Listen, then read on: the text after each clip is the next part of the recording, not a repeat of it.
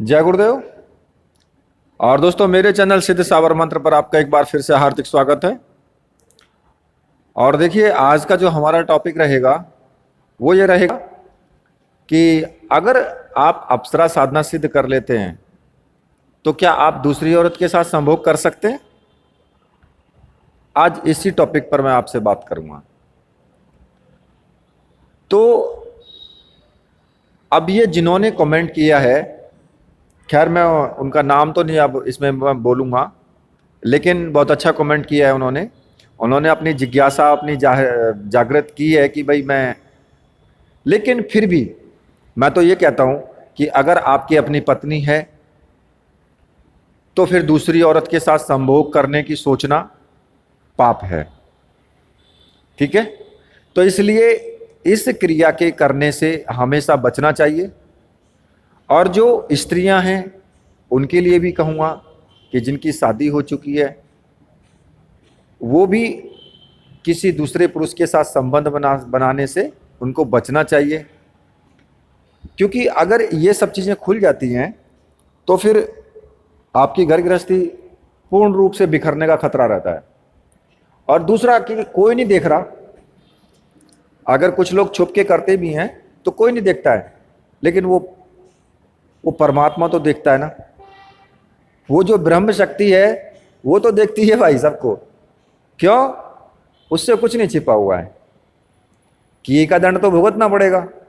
अब चाहे मैं हूं या आप हो, कोई भी सही, उनके लिए सब बराबर हैं। तो अब मैं अपने उसी टॉपिक पर आता हूं कि जो कमेंट किया गया था कि भाई क्या हम दूसरी औरत के साथ संभोग कर सकते हैं अगर अप्सरा सिद्ध हो गई तो इस विषय पर बात करने से पहले मैं आपसे एक रिक्वेस्ट कर रहा हूं कि वीडियो को पूरा देखना, वीडियो को आधी अधूरी मत देखना, क्योंकि आधा अधूरा ज्ञान खतरनाक होता है। तो इसलिए वीडियो को एक एक शब्द को ध्यान से सुनना। तो देखिए, सबसे बड़ी बात यह है कि अगर आप किसी भी दिव्य शक्ति को सिद्ध करते हैं तो 24 घंटे तो आपके साथ रहेगी नहीं।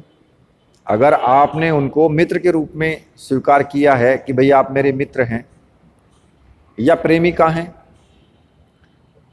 तो उस स्थिति में वो प्रेमिका तो आपकी हैं, लेकिन वो मनुष्य नहीं है। अप्सरा जो है वो मनुष्य नहीं है।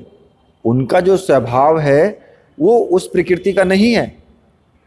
क्योंकि आपकी जो प्रेमिका होगी, अगर मनुष्य रूप में कोई प्रेमिका होगी, तो वो आपको नहीं चाहेगी कि आप, कई तो ऐसी होती हैं कि वो ये चाहती हैं कि इसकी शादी मुझसे ही हो जाए, मेरे साथ भाग जाइए।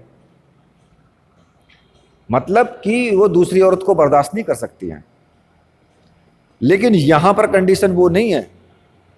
यहां पर आप उनसे प्रेमिका रूप में या फिर मित्र के रूप में उनको साधना की, सिद्ध किया, लेकिन फिर भी आप अपनी पत्नी के साथ हो और वो उनको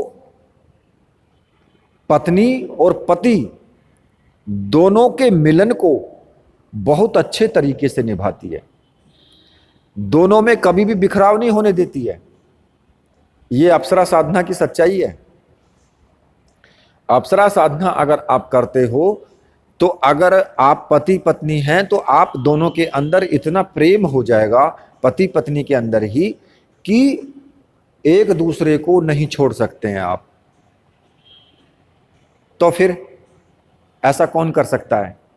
ऐसा तो कोई दिव्य आत्मा ही कर सकती है ना। और आप ये कहने लगे कि भाई अगर हम अप्सरा साधना करें तो क्या हमारा जो परिवार है, हमारी जो पत्नी है, उसको मार देगी वो, या उसको हम दोनों को अलग कर देगी वो? क्योंकि कुछ लोग ये कहते हैं कि एक मयान में दो तलवार नहीं रह सकती। तो ऐसा नहीं है। अगर कुंवारे लड़के करते हैं साधना तो उनके लिए बहुत अच्छी और शालीन लड़की से शादी करवाती है। ये बता रहा हूं मैं आपको, सच्चाई बता रहा हूं इसकी।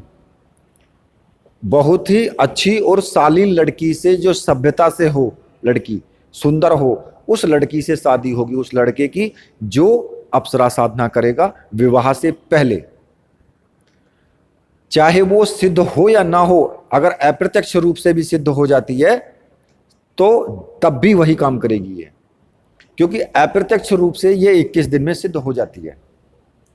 और अगर आपकी शादी है, शादी हो चुकी है, तो आप दोनों पति पत्नी में इतना मधुर संबंध कर देगी, इतना मधुर संबंध कर देगी कि, और ये अप्सरा की पहचान है, अप्सरा साधना की पहचान है ये, कि अगर अप्रत्यक्ष रूप से सिद्ध हो गई तो आपका खिंचाव आपकी पत्नी की तरफ होने लगेगा, आपकी पत्नी का खिंचाव आपकी तरफ होने लगेगा।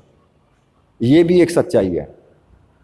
अब रही बात दूसरी औरत की, तो भाई दूसरी औरत के साथ आप संबंध, देखिए मैं तो खैर मना करूंगा, लेकिन जैसे आप अब जीवन अपना काट रहे हैं वैसे ही तब भी अपना जीवन काट सकते हैं।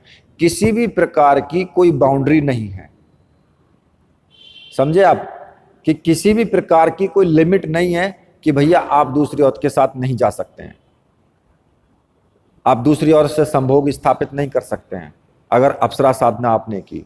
ये गलत है, भ्रम है ये। अगर आप अप्सरा साधना आपने की है तो तब भी आप कर सकते हैं, कोई प्रॉब्लम नहीं है। लेकिन मैंने तो पहले ही बोल दिया है कि मैं मना करूंगा, क्योंकि आपको ऐसा नहीं करना चाहिए, क्योंकि ये गलत है। तो अब आप मेरी बात को मान लें तो बड़ी अच्छी बात है, वरना प्रॉब्लम तब भी कुछ नहीं है, क्योंकि मानने वाले तो मान लेंगे, ना मानने वाले तो तब भी नहीं मानेंगे। मुझे भी पता है इस चीज का, उनको जो करना है वो तो करेंगे ही करेंगे। तो इसलिए उसमें किसी तरह की कोई पाबंदी नहीं है, किसी तरह का कोई नुकसान नहीं है, कोई भी किसी तरह का कोई नुकसान नहीं है। ना आपके बच्चों को कोई दिक्कत है, ना आपके परिवार को कोई दिक्कत है, ना ही आपको कोई दिक्कत है, ना शादीशुदा जिंदगी में कोई दिक्कत है अप्सरा साधना करने से। हाँ, यक्षिणी साधना करने से तो हो सकती है, लेकिन अप्सरा साधना करने से कोई भी प्रॉब्लम नहीं है।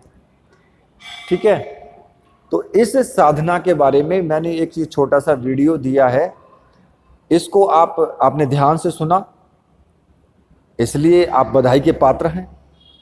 तो इसीलिए आप मेरे साथ बोलिए, बोलिए वीर बजरंगबली हनुमान जी महाराज की जय, बोलिए मेरे परमहंस गुरुदेव की जय।